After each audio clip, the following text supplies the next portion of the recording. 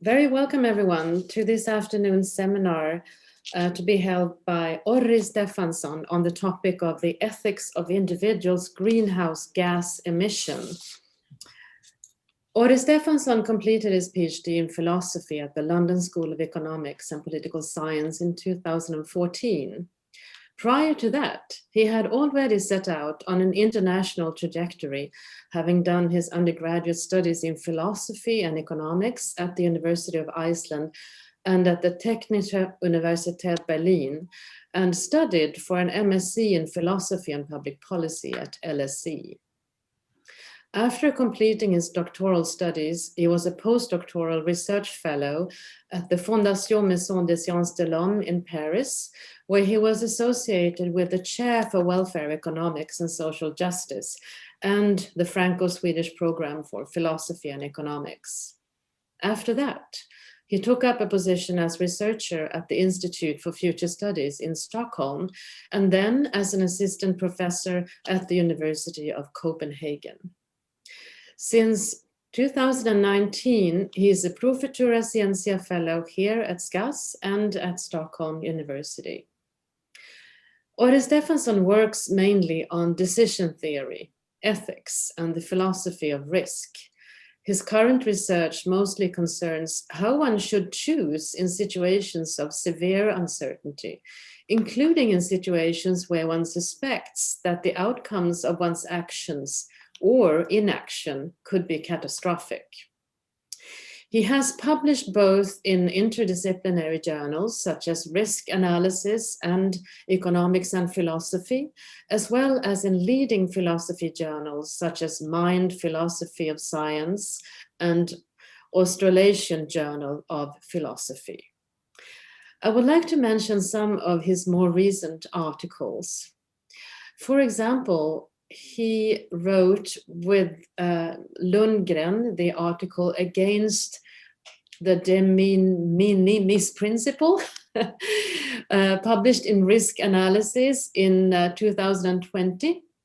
He also he was the sole author of the article Gambling with Death, published in Topoi, also in 2020. And he co-authored the article What is Risk Aversion, published in the British Journal for the Philosophy of Science in 2019 with Bradley. With Bradley, he also wrote another article, Counterfactual Desirability, published also in the British Journal for the Philosophy of Science in 2017. He's currently writing a book entitled Beyond Uncertainty, Reasoning with Unknown Possibilities. And this is done together with Katie Steele, and it will be published by Cambridge University Press. He's also associate editor of the British Journal for the Philosophy of Science. And if you didn't already know, Orri Stefansson is a prolific writer. It's worth mentioning here that he worked as a journalist also for a couple of years. Stefansson's Pro Futura Scientia project is entitled Decision Making at the Extremes, Environmental Catastrophes and Radical Uncertainty, and I believe this relates very clearly to the topic at hand for today. So, warmly welcome everyone, and especially to you, Orri. Thank you very much. And thank you so much for this introduction. I am going to share a screen now, which I hope you can see. Thanks so much for the introduction, Christina, and thank you everyone for being here. And of course, I'm very sorry that we're not all at the same place, but it's still nice to see people's faces, and I look forward to hearing your questions and comments. So as Christina mentioned, this talk is indeed very much related to my overall area of research, which is decision-making under extreme uncertainty. And I will occasionally explain how the topic of this talk relates to my more general area of research, but I decided to not give an overview today of my research, but instead just focus on a specific topic. And the specific topic is the ethics of individual greenhouse gas emission. And so this is one of my more applied topics. Some of the topics that I work on are very sort of theoretical, but this one is, I hope, something that everyone can recognize from their daily lives, namely how to make decisions when your decisions can increase or affect the level of greenhouse gas in the atmosphere. All right, so that is the topic of today. How should you reason about your private decisions when these contribute to greenhouse gas emissions? So I'll be focusing on private decisions. For instance, decisions about flying. Well, I guess this is not an option for most of us today, but most years we might wonder, should I fly over to Paris for the weekend? Or you might just think, should I go for a Sunday drive on my SUV, or should I buy these new pair of jeans? Should I eat meat, and so on? These are all private decisions that, in some sense, contribute to greenhouse gas emission.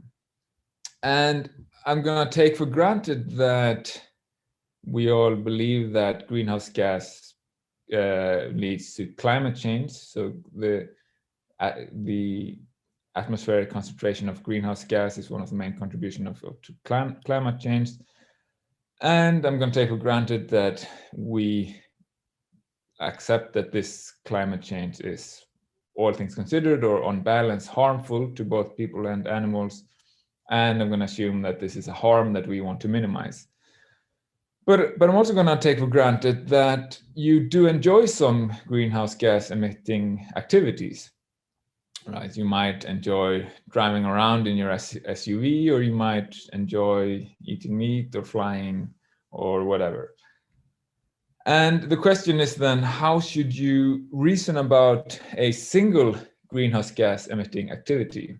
Right, so if you're wondering, should I now tonight go out in my SUV, or should I instead not drive and go for a walk? How should you reason about this single activity, given that you enjoy it, but you also want to minimize the harm from climate change? And of course, you might think that this has a very simple answer. You should just not do it because you know that it's harmful. But actually, it turns out that the answer is a bit more complicated. We have to weigh the expected harms against the almost certain benefits, at least if you enjoy the activity in question. So that's sort of what I'm going to go through today. And so you might wonder, why should you be interested in what I have to say on this private decision? Why should you think that an advice of a philosopher or decision theorist is of any worth in this case? And just to try to convince you that I might have something of importance to say here, I'm going to quote a passage from John Broome's Climate Matters. So Climate Matters is a book which John Broome incidentally partially wrote while he was a fellow at SCAS. So John Broome is a philosopher in Oxford, and recently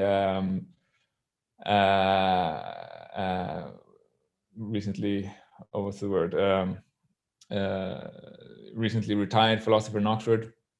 But he actually has a background. He started out his career as an economist. He did his PhD in economics, held his first teaching positions in economics, but then he later turned to philosophy and has since, for instance, been part of the Intergovernmental Panel on Climate Change, where he takes part in writing the ethics part of the reports.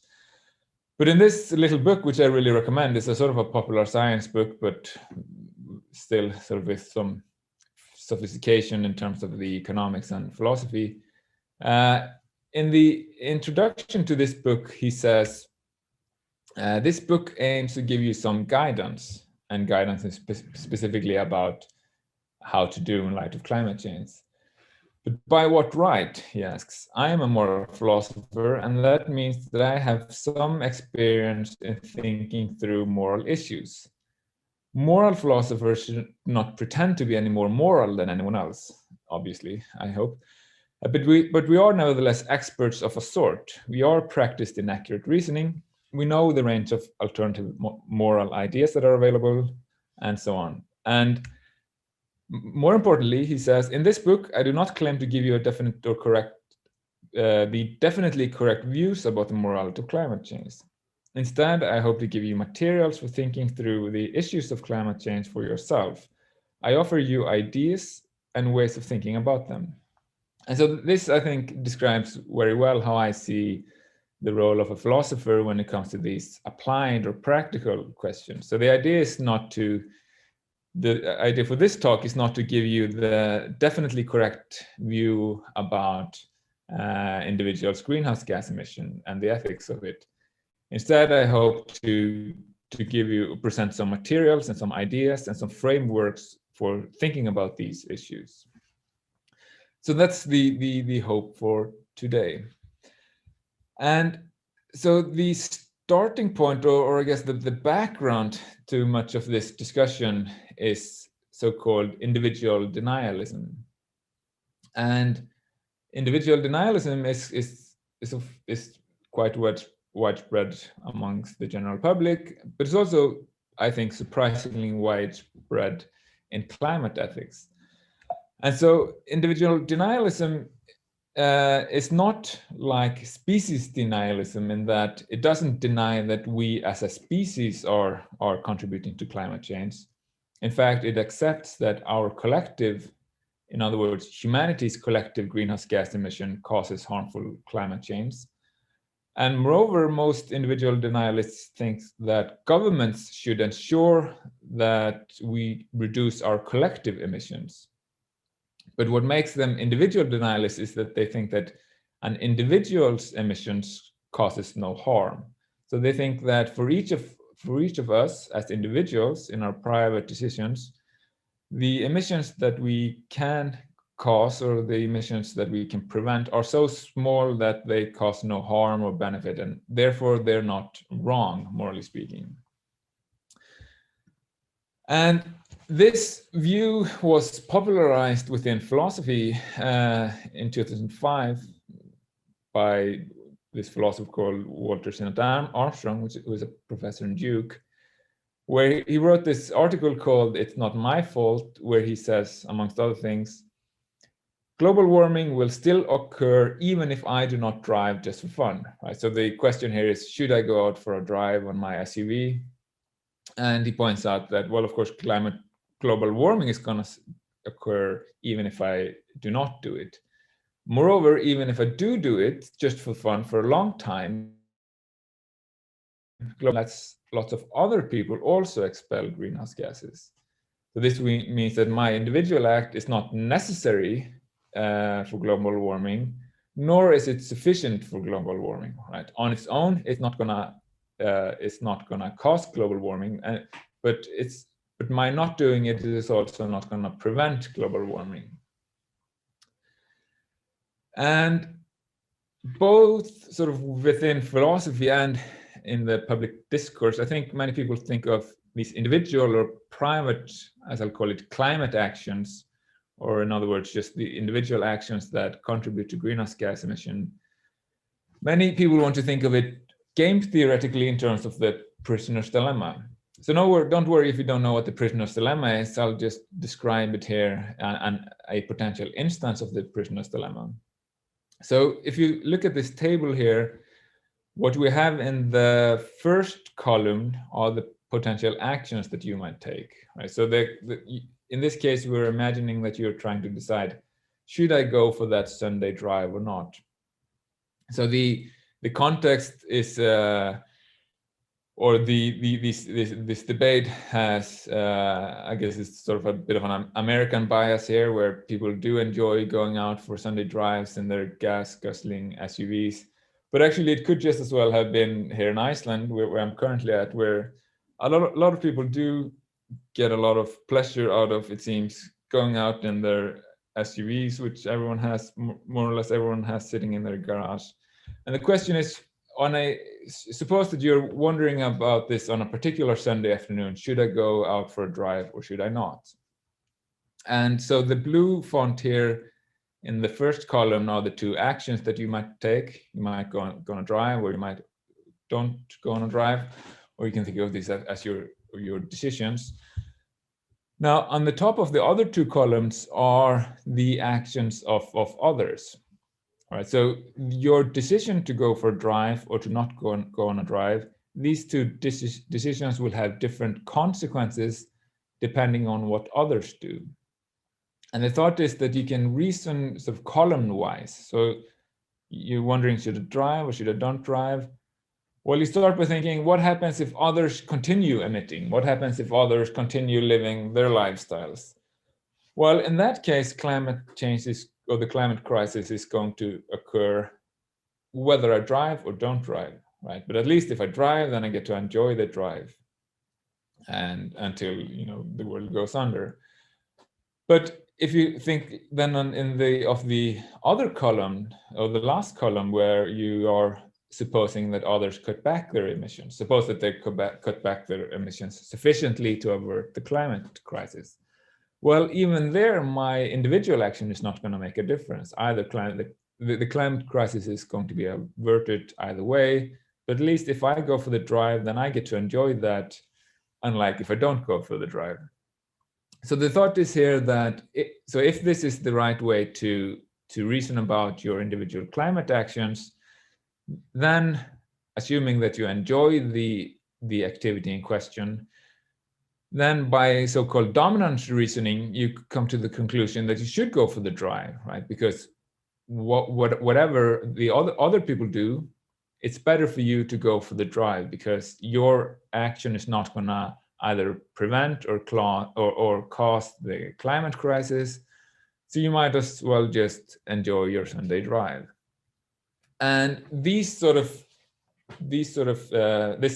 framing is supposed to explain why if we are left to our own devices, we are bound to end up in what's called the tragedy of the commons.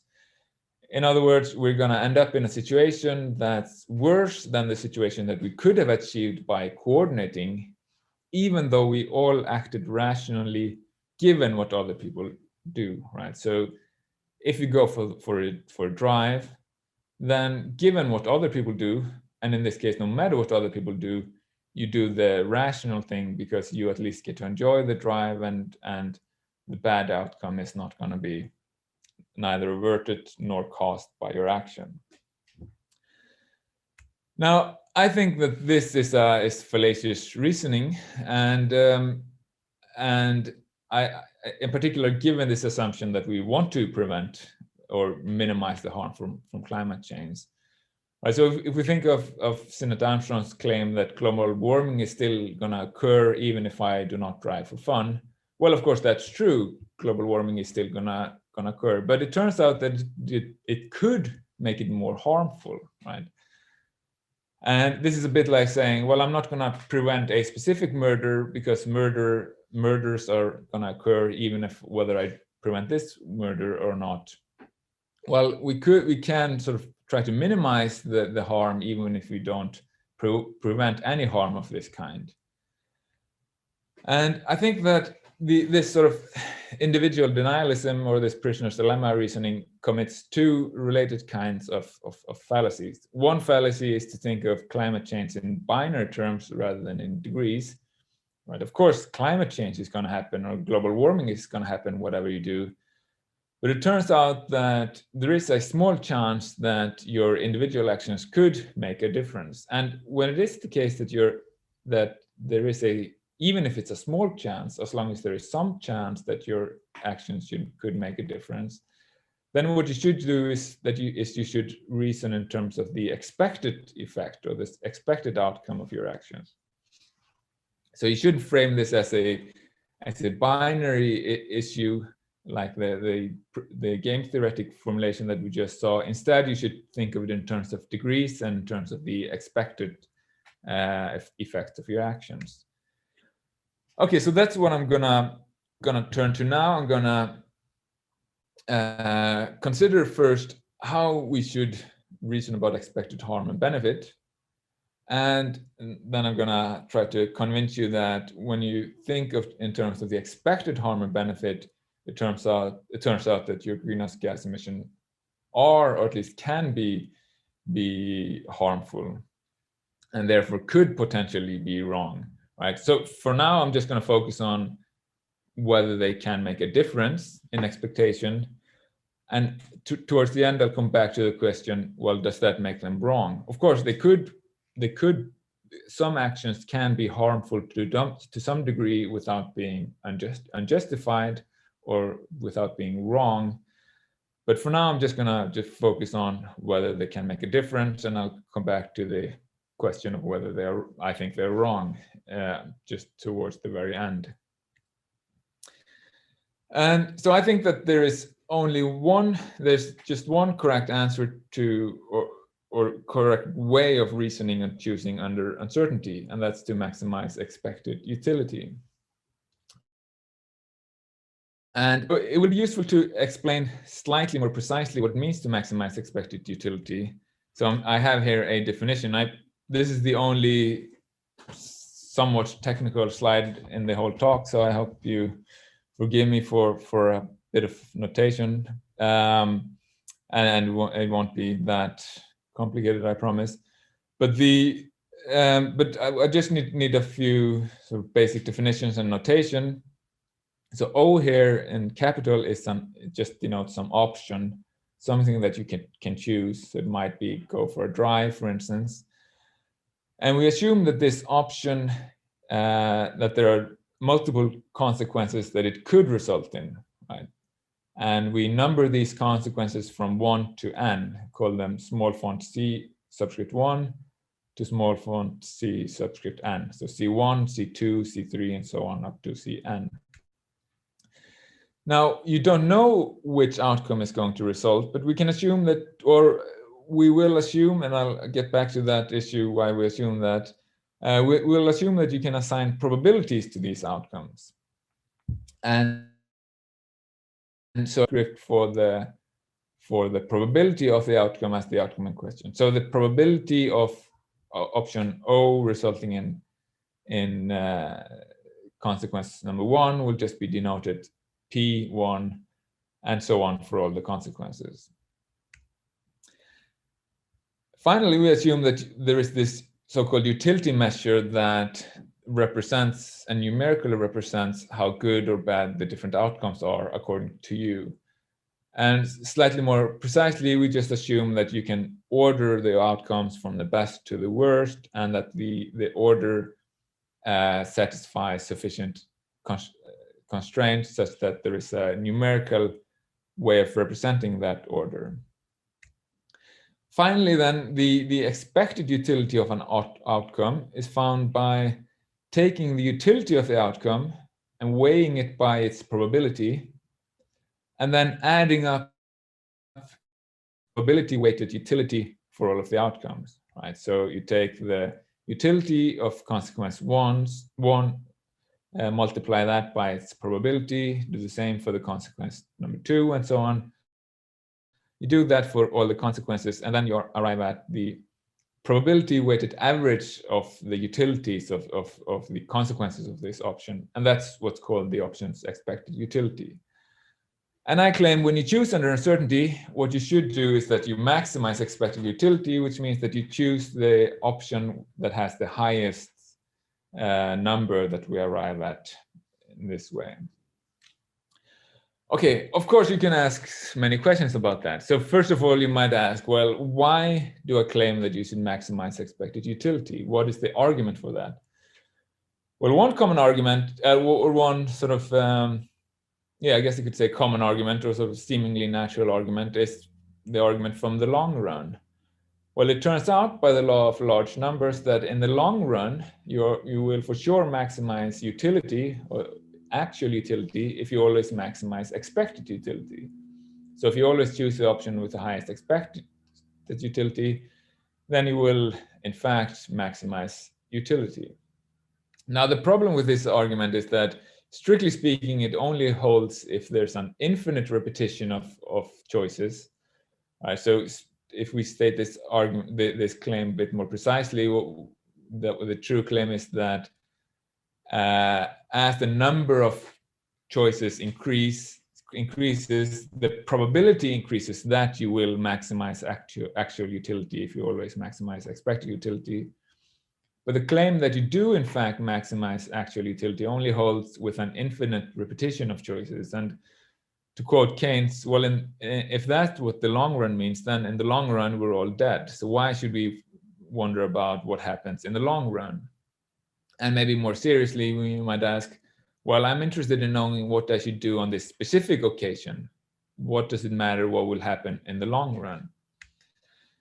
So a better, but also a bit more complicated argument is the argument from so-called representation theorems. And these representation theorems are some very celebrated results in decision theory, which show that if your preferences, in other words, if the way in which you rank options in terms of how good or bad you think they are, if they satisfy certain rationality postulates, then it turns out as a matter of logic that you do maximize expected utility, or strictly speaking, your preferences can be represented as maximizing expected utility.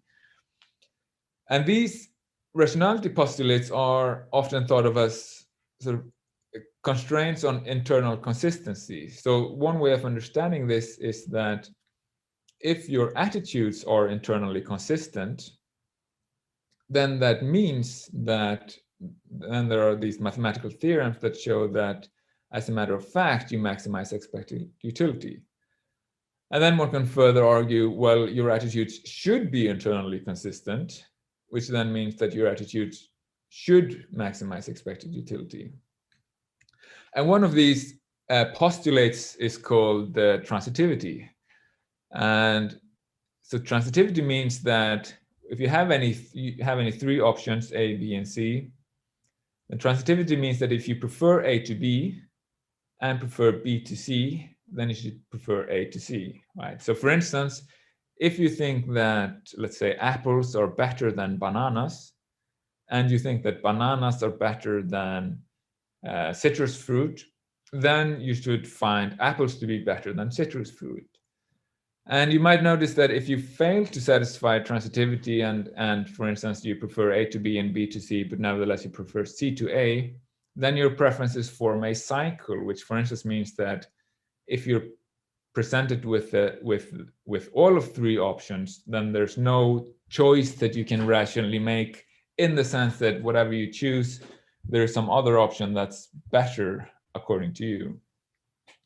So this is the sort of, I guess, most popular argument for the claim that your preferences should maximize expected utility. But you might still ask, well, this all sort of sounds good in theory, but what does it mean in practice? I mean, can you really calculate the expected utility of options?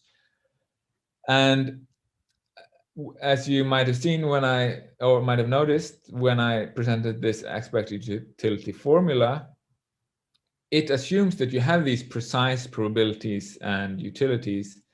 But of course, if you don't have these precise probabilities and utilities, then you can't, strictly speaking, calculate expected utility, or at least not the precise expected utility of options. And so you might wonder, well, does that mean, what does that mean when it comes to calculating expected utilities? And again, I'm going to quote Broom as a reply on that, which I'll go on to spell out a little bit. So his sort of flat-footed reply is to say that, well, the lack of firm probabilities, and I should add the lack of precise utilities, is not a reason to give up what I call expected utility theory. You might despair and adopt some other way of coping with uncertainty, but that would be a mistake. Stick with expected utility theory, since it's very well founded, and then just do your best with probabilities and utilities. And so the way that I sort of want to think of this is that, well, it is true, of course, that generally we cannot calculate precise expected utilities. But that doesn't mean that that expected utility theory doesn't provide a good framework for reasoning. So it's the ideal to which we should strive, and it's also a framework for it's a framework for our reasoning, and it's a way of what's the term? It's a way of sort of constraining our reasoning, and it's a way of guiding our reasoning. And in particular, it reminds us that we shouldn't ignore unlikely events as long as they are sufficiently good or bad, right? So, for instance, it follows from expected utility theory that no matter how unlikely an event is, in other words, no matter how low its probability is, if it's sufficiently good or sufficiently bad, then it might turn out determining what we should actually do. And that's something that will turn out to be quite important for these greenhouse gas emissions, in particular the individual acts of greenhouse gas emission. Okay, so that was just a brief introduction to expected utility theory, and you might ask, well, what does that have to do with climate actions? Well, it turns out, and now I'm just sort of deferring to the authority of climate scientists, but it turns out that due to the chaotic nature of the climate and due to its instability, even a small increase in the atmospheric concentration of greenhouse gas can have a surprisingly large effect. And many people are familiar with this idea from the so-called, what's called the butterfly effect, named after Lorenz's metaphor that the flap of a butterfly, the flap of the wings of a butterfly in Brazil might set off a tornado in Texas or something like that. And that sort of gives a rough idea of this phenomenon. But actually, as we'll see in a moment, that's still a bit of a simplification. But the important point for now is just that small, even very small increases in greenhouse gas can have surprisingly large effects. And so relatedly, there are these sort of thresholds in the climate and weather system, such that when the atmospheric concentration of greenhouse gas passes these thresholds, that leads to certain extreme weather events, such as a storm or a flood or so on. And actually, and quite importantly, a similar story can be said about sort of market transactions. So if we focus on, well, let's focus on meat consumption to keep things relatively manageable. You might think that, well, you know that on an aggregate level, meat consumption contributes to greenhouse gas emission, but contributes to climate change. But you might think that, well, if I don't purchase this particular chicken, and the butcher is just gonna throw it away anyway, and it's not gonna make any difference. Well, it's probably not gonna make a difference, but it might make a difference, because at some point, it might be a vague point, at some point, if the butcher has to throw away too many chicken, they will, in the next month, order fewer chickens from the farmer. And of course, the farmer might have some buffer, but at some point, they're going to think, well, this is, I have to throw away or kill too many chickens just to throw away. And so I'm gonna raise fewer chickens, right? So both the climate and markets have these thresholds where, importantly, from the perspective of the consumer, there's a huge uncertainty about the location of these thresholds and how far we are from them. But there is a probability that, or there's a subjective probability that your actions could contribute to the passing of these thresholds, which can have these surprisingly large effect. And of course, these events like storms and floods and drought and so on, they could turn out to be very, very harmful. So there is a probability, or there's a possibility that your actions actually will contribute to the causation of these extreme weather events, which in turn will turn out to harm someone, which means that there is some expected harm associated with your action. Now, and quite importantly, there's an asymmetry here that makes, for instance, going for a Sunday drive quite different from many other activities like going for a walk. Right? So in theory, the chaotic and unstable nature of the climate means that going for a walk in the park could contribute to some extreme weather event. But the important thing here is that given the current level of gas and relevantly close by concentrations of greenhouse gas in the atmosphere, there's a probabilistic correlation between these extreme weather events and greenhouse gas emission. In other words, even though both going for a walk and going for a drive in theory can lead to these extreme events, going for a walk is just as likely to prevent such an extreme event. A Sunday drive could prevent such an extreme event, but it's more likely to contribute to cause such an extreme event than to prevent such an extreme event. So unlike a walk in the park, the Sunday drive raises the subjective probability of these extreme weather events that can end up being quite harmful. So I think towards establishing that individual denialism is false and that your emissions do some expected harm, at least. Okay, so of course it matters how much harm, right? Because, well, it also has some benefit, right? So we are assuming that the greenhouse gas emitting activity in question is at least beneficial to you, you enjoy it, and then just being told that it has some harm associated with it, you should do it, because if it's a tiny harm, then you might think that, well, my benefit of it overweighs that tiny harm. So it makes a difference. So it is worth trying to figure out how much harm. And a number of people have actually tried estimating that, not focusing on specific drives, but on lifetimes of emission.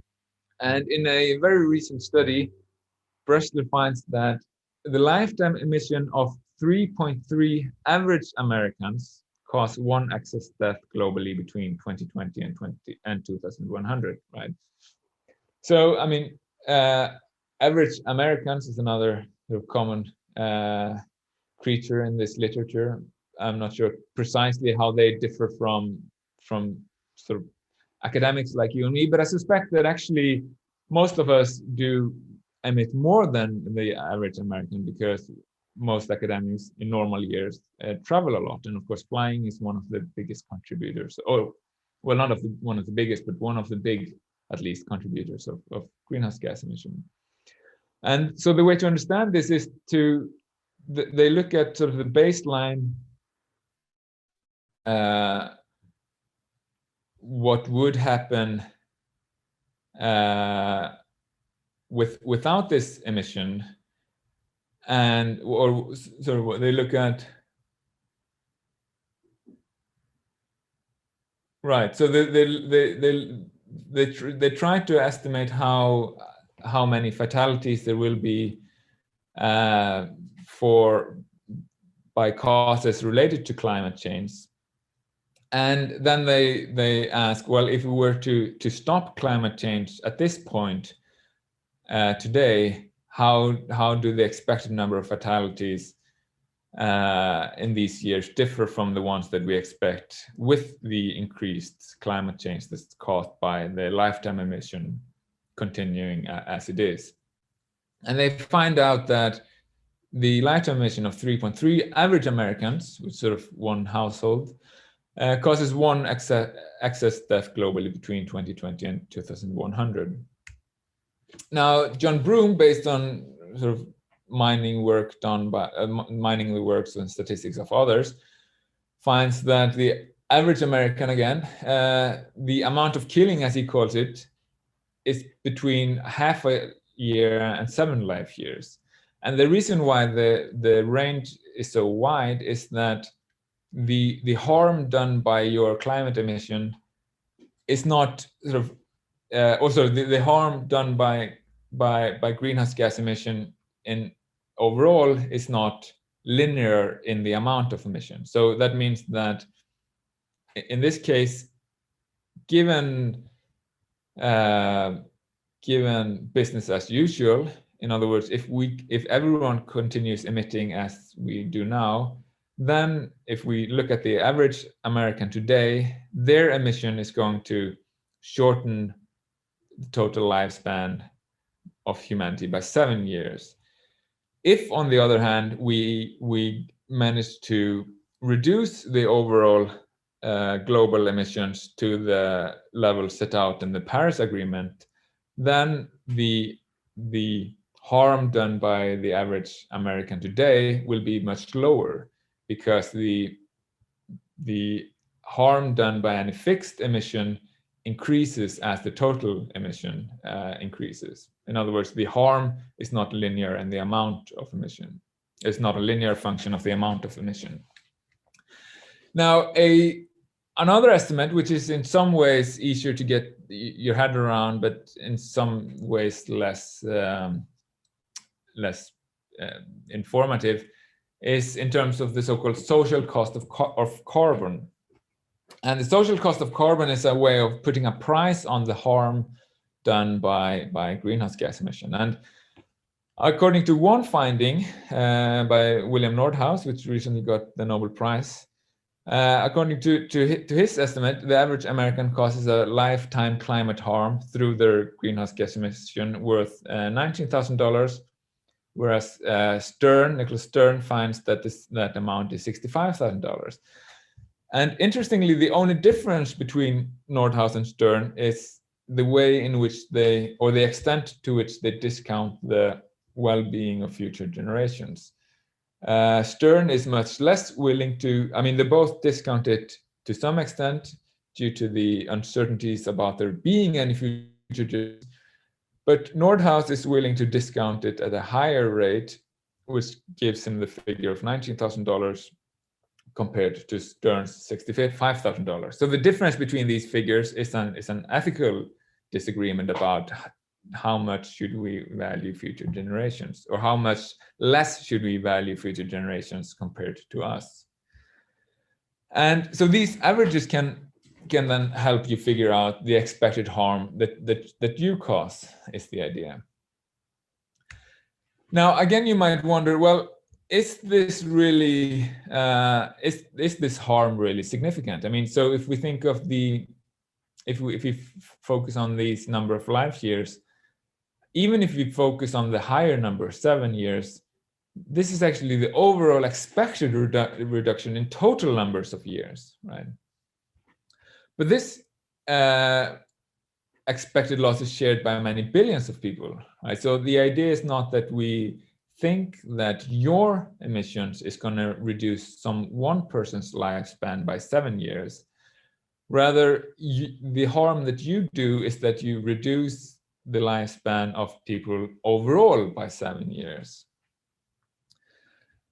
And you might think that this just means that the harm is so tiny that it can be simply ignored. And the same if we do it in terms of the social cost of carbon, right?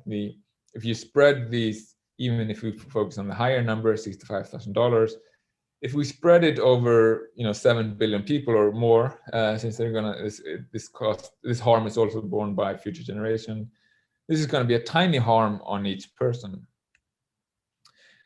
And even with this sort of 3.3 people cause one excess death, you might think that, well, even if you look at that figure, when you think of the harm from one particular drive, Sunday drive, the harm is going to be tiny. So you might wonder, well, are these harms maybe so small that we can completely ignore them?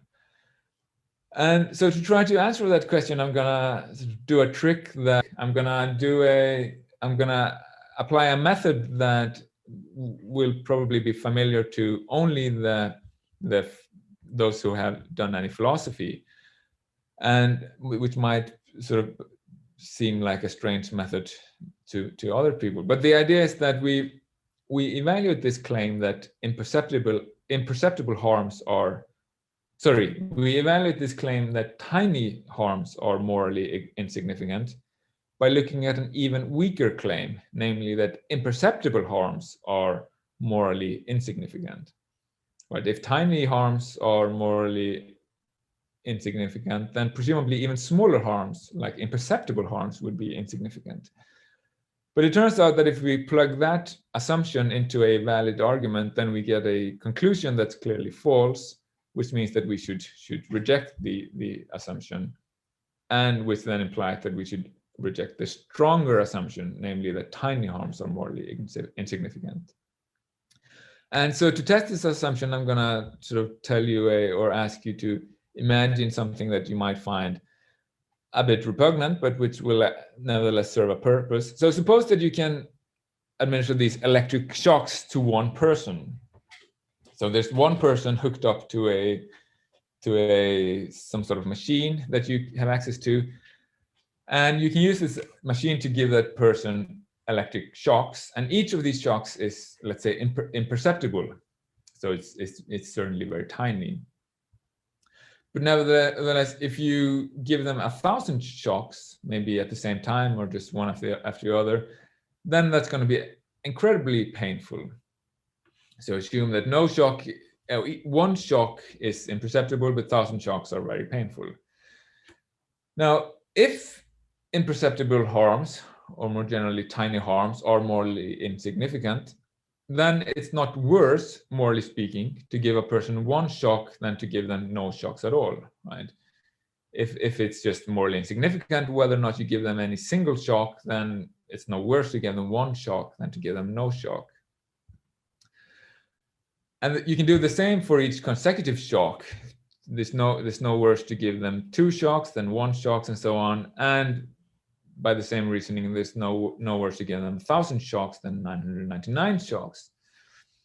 But then, since the no worse relation is transitive, which I mentioned maybe half an hour ago, transitivity being this claim that in this case, if A is no worse than B and B is no worse than C, then A is no worse than C, then it follows that it's not worse to give the person 1,000 shocks than to give them no shock at all. But clearly that's a false conclusion, which we have arrived at in this case by a valid argument. So what should we do then? Well, then we have to reject one premise, and of course we should try to reject the weakest premise, which in this case I suggest is the premise that imperceptible harms are morally insignificant. And of course, if even imperceptible harms are morally significant, which is what you find if you reject this premise, then surely tiny but perceptible harms, slightly bigger harms than imperceptible ones, are also morally significant. And finally, to come back to greenhouse gas emission, we can run the exact same argument in terms of expected harms, right, or probabilistically. So we can imagine that you are hooked up to some sort of stochastic machine that can, so each push of the button increases the probability that the person will experience the shock by some tiny probability. You might think that, well, some increase in probability is so small, sufficiently small to be insignificant.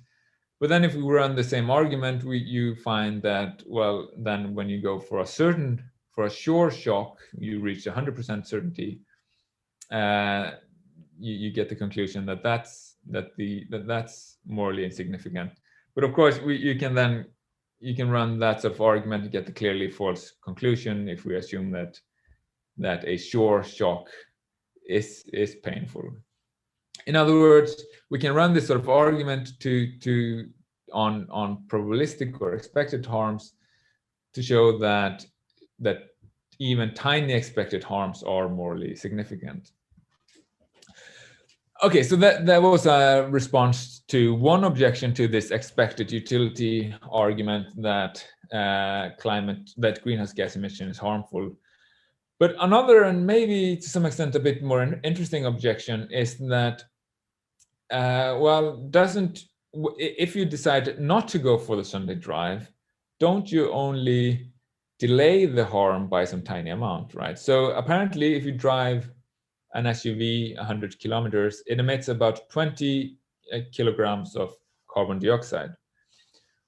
That compares to an annual global emission of over 35 billion tons. At least it was so 2019. And these tons or these kilos are of course being continually emitted, which means that if you decide to not go for the Sunday drive, then these 20 kilograms will just be emitted a fraction of a second later, right? So if you think that your 20 kilos might cause the passing of some threshold or might lead to some extreme weather event, then if you decide not to go for the Sunday drive, that just means that you delay that extreme weather event a few seconds. And so the aforementioned Walter and Armstrong, in an article with Evan Kingston, makes this point, and they say, if a single joy guzzle, by the way, joy guzzle is, I guess, their invention, but it means sort of going for a ride just for fun in a gas guzzling vehicle. If a single joy guzzle like this had not occurred and emitted, let's say, 20 kilograms, another 20 kilograms would have been emitted and would have begun to disperse only a fraction of a second later, and would have dispersed widely before any harm occurred. And then they point out that any injury from any of these bad things that might happen as a result, a burst seawall or death from expanded malaria range and so on, they are just as grievous if they happen at time t or at time t plus 1 second. In other words, it doesn't seem to matter if the harm happens. It's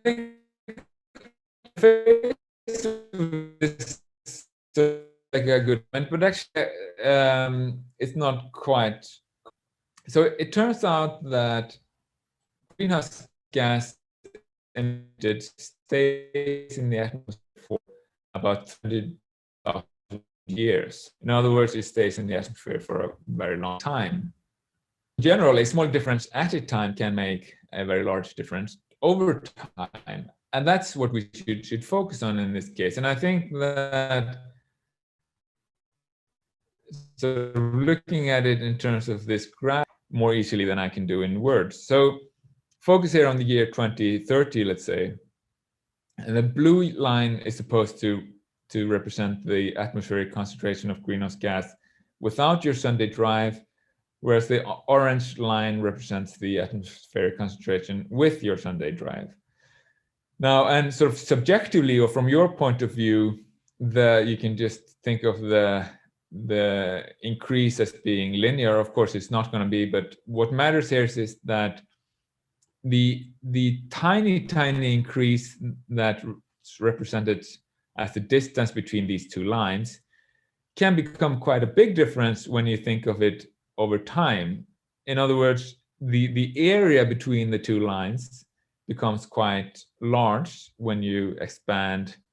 Here I've only done it for 100 years, but of course, if you have to do it for 300 or 1,000 years, it becomes, of course, proportionally even greater. And the important thing is that the increased risk of harm that your greenhouse gas emission causes is not found by looking at the distance between the two lines, but rather by looking at the area between the two lines extended over time. In other words, the subjectively expected harm that you cause is, in this case, represented by the area between the lines, not the distance between the two lines at any point. Which means that even a tiny delay in these 20 kilograms actually can turn out to make a big difference over time. Okay, so I'm almost done. And by the way, I should mention that I in the abstract I said that I was going to talk about greenhouse gas offsetting, but I realized this morning that I don't have time for that. So I'm just gonna conclude here, and by coming back to the sort of the question of justice and justifiability. But I so far I've argued that your emission causes at least expected harm. And there are reasons to think that much of this harm is unjust or not justifiable, right? So the reason why that's worth pointing out is that, of course, some harm you do is justifiable, right? You might, in some cases, justifiably harm one person in order to prevent a lot of other people from being harmed. You might justifiably harm one terrorist, let's say, to prevent them from blowing up an airplane. But these sort of conditions that make it that justify harm don't seem to be present when it comes to greenhouse gas emission, right? So, for instance, if we focus on these sort of what's often called luxury emissions, like going for a Sunday drive, in these cases, you aren't doing them to prevent harms to others. Of course, it might be the case sometimes that we do them to prevent harm to others, but many of them, or much of the emission, is not done to prevent harm to others. And you could avoid it at a little cost to yourself, in particular the sort of luxury emissions, like going for a Sunday drive. And most people who suffer the harm don't deserve it. So if we think of the people who will suffer from climate change are, future generations and people in poorer areas of the world. Now, they haven't done, at least yet, anything or much to contribute to climate change. So it's hard to see why they would deserve the harm that we inflict on them. And finally, the harm isn't reciprocal in all cases. So, like, for instance, if you think of us versus the future generation, so the global poor, it's not the case that we are sort of that they are harming us and we are harming them. It's rather we who harm them without them harming us. So it's not a reciprocal harm. And so if we compare that to many others of the risks that we accept, like driving in general, let's say driving electric cars, you might think that, well, that's part of a system that anyone would sort of ex ante, or sort of before they experience any harm, behind the veil of ignorance, as it's sometimes called in philosophy, everyone has a reason to agree to some systems of harm or sort of risk imposition. But the question is whether that's true for greenhouse gas emissions. I mean, would the global poor, do they have a reason to ex ante agree to our luxury emissions? If not, then that's a reason to think that they are not only harmful, but also unjustifiably harmful. Okay, that's it for now.